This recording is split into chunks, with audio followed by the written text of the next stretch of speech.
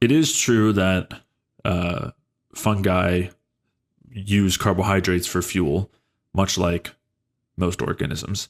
And Like bacteria as well. right. And humans. Yeah. So yes, it is true that that happens, but that does not mean that that's going to cause overgrowths or that that's going to cause dysbioses or things like that. For one, the carbohydrates that we should be eating should be for us more than any other organism that happens to be in our gut or elsewhere. So when we're eating sugars, they should be broken down in the small intestine and then absorbed and then being used by our own cells to produce energy. They should never really even be interacting with bacteria or fungi if everything's functioning well. But there are definitely scenarios where there might be intestinal overgrowths, and that can be in the small intestine as well, leading to the feeding of something like Candida with carbohydrates, in which case one of the really important principles, well, I mean, one thing that this, I guess, kind of bigger picture principle here is this idea of like feeding versus killing, or like the environment that something is in and fixing the environment versus like killing the pathogen. And we talked about this a little bit when we were talking about autoimmunity and the immune system, and how rather than this idea that we need to be, that even not even that we need to, but that our immune systems function on a level of trying to kill non-self, trying to kill any sort of invader. Instead, it has much more to do with the environment that we're in and whether there's damage being caused. And I think that you can definitely apply that to microbial issues, where there are definitely scenarios where reducing the population of some microbe is helpful using antibiotics or antifungals or various other antimicrobials, whether they're pharmaceutical or herbal or anything else. There's definitely a place for that. But the goal in a well-functioning organism is instead to have the quote-unquote beneficial flora out-competing the harmful ones, and doing that by having a really good environment where the high-quality carbohydrates are digested and absorbed, and they're not feeding they're not even available to a point where they would be feeding some sort of microbe. And instead, we're digesting our food really well. We've got adequate stomach acid production and bile production and digestive enzyme production and all of those things, to where that shouldn't even be happening. So that's kind of part one, is this idea that we don't want to be feeding anything like any potential invader pathogen, and instead we need to be kind of getting rid of it actively, when instead it can be a more passive process. But the other factor as well is that when these fungi are kind of overtaking the microbiome, whether it's in the gut or anywhere else, when there are overgrowths, they actually will expand and grow further when they aren't fed, when they're basically looking for food. And we'll talk about this in more detail in a second, but the short kind of point here is that sometimes feeding the microbes actually calms them down and actually reduces the spread and reduces their activity, and allows them to kind of relax a little bit, as opposed to becoming much more aggressive. But another thing, just circling back to the wanting to build a better environment, one of the biggest factors beyond just digesting our food well and allowing the beneficial bacteria to thrive is also having a high metabolic rate and the high body temperature that comes with that. And that's especially important when it comes to fungal issues, where there's been some interesting research looking at how much of an impact a higher body temperature has on decreasing fungal growth. And basically that when you have an adequate body temperature of around 98.6 Fahrenheit or 37 degrees Celsius, that actually is they say that's like a good kind of optimal trade-off between too high of a metabolic rate, which is kind of a questionable concept, but between that and having like a fungostatic effect, an effect of decreasing fungal growth. And so that's huge. And when it comes to sugar and wanting to avoid sugar, that's a really good way to decrease your metabolic rate and decrease your body temperature.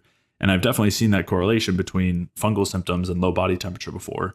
And so there's some good research as well, just showing very clearly that having more sucrose or fructose or glucose are all, is a really great way to bring body temperature up and bring metabolic rate up, which would then be a really good way to create an environment that's basically inhospitable for Candida, at least for overgrowths of Candida. So that would be kind of, that's some of the main points I was thinking of.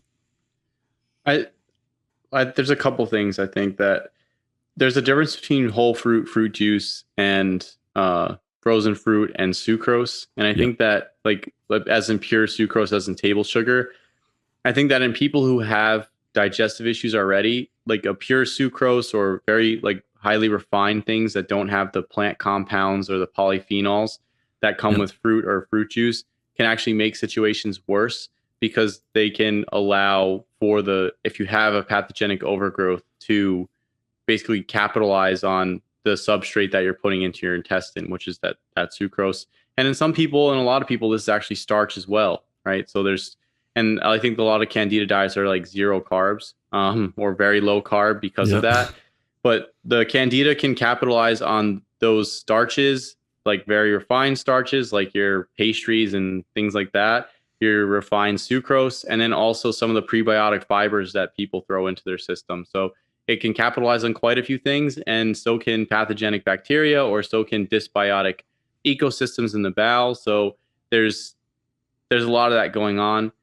So just something to keep in mind. Whereas in contrast to that, your fruit juice, your whole fruit, your frozen fruit, your dried fruit, some of your vegetables, some of your fruit vegetables come with polyphenols, flavonoids, and a whole host of plant compounds, vitamins, minerals that not only inhibit negative the pathogenic or eliminate some of the dysbiotic species, but help to stimulate the growth of less pathogenic species in the intestine. So I think this is what we sort of adapted with together, is our general, the more refined stuff is kind of a newer addition.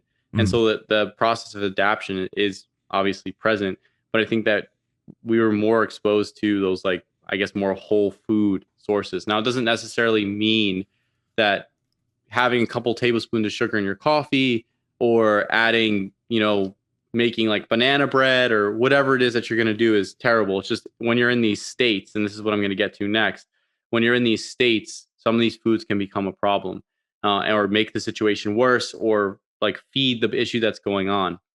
So the next point I want to point out is a lot of this comes down to state, and like the state of the body, right? And so that's something you alluded to with body temperature. But it, as far as the immune system goes, the way I like to see it in the gut is when things are functioning well, and when energy metabolism is well, and you don't have nutrient deficiencies and things like that. Um, the immune system sort of functions like a gardener in the gut, right? So it it kind of Yeah. it gets rid of some of the weeds and maintains some of the other populations. So there's like a relationship there. But I think what happens is, I think the bacterial dysbioses and those issues tend to occur after, and most people at least, after some type of derangement of state. So it's like some type of lowered metabolic state, or some type of insult. For IBS, for a lot of people, starts after they get like traveler's diarrhea or something. They go into a foreign country and they drank their face off. For example, they drank their face off in Mexico, and then they ate some sketchy street food, and then they got a pathogen, and then they went to the doctor, and they just said ride it out, and then afterwards they have IBS.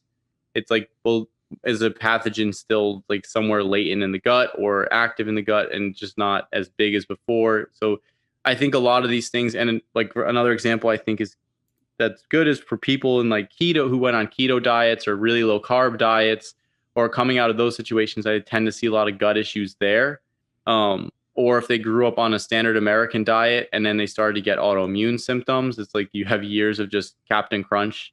I guess that's my food that I'll pick on for today, is like years and years of just endless amounts of Captain Crunch and all these like refined cereal products with a whole host of like additives and enriched wheat and different sources like that are all problematic, that you start to see issues like down the road, and it's like accumulating issues from that. And it's like you probably have nutrient deficiencies from that. You probably developed some type of latent damage from some of that stuff, and you probably may have given yourself a dysbiosis over time. So it's not just about avoiding sugar to stop feeding candida. It's about, you need to possibly lower, if you have candida in the small intestine, you definitely don't want to keep that there in high amounts. So you're going to have to clear that out, but you also need to adjust the body state. And part of adjusting the body state is making sure you have enough carbohydrate. So, and this is why I think you see a lot of people go on candida diets like forever. Like they have to be on the diet for absolutely ever, because they just they keep lowering carbs to get rid of symptoms. And it's like you may be addressing what's happening in the gut, but you aren't necessarily addressing what's happening systemically as far as the body state. And it's like you want your immune system to be able to manage what's going on inside the gut. And that is dependent upon having your energy metabolism and your body state in the proper place. And that involves not only fixing the gut situation, but also having adequate carbohydrate and nutrient on board. And so what this would be practically, it would be focusing on your fruits, your whole fruits, your dried fruits, or your fruit vegetables or your squashes or whatever. Or for some people, maybe it's like starchier fruits or starchier tubers. Although I think starch can tend to make some of those situations worse for some people. So you really got to see how you feel.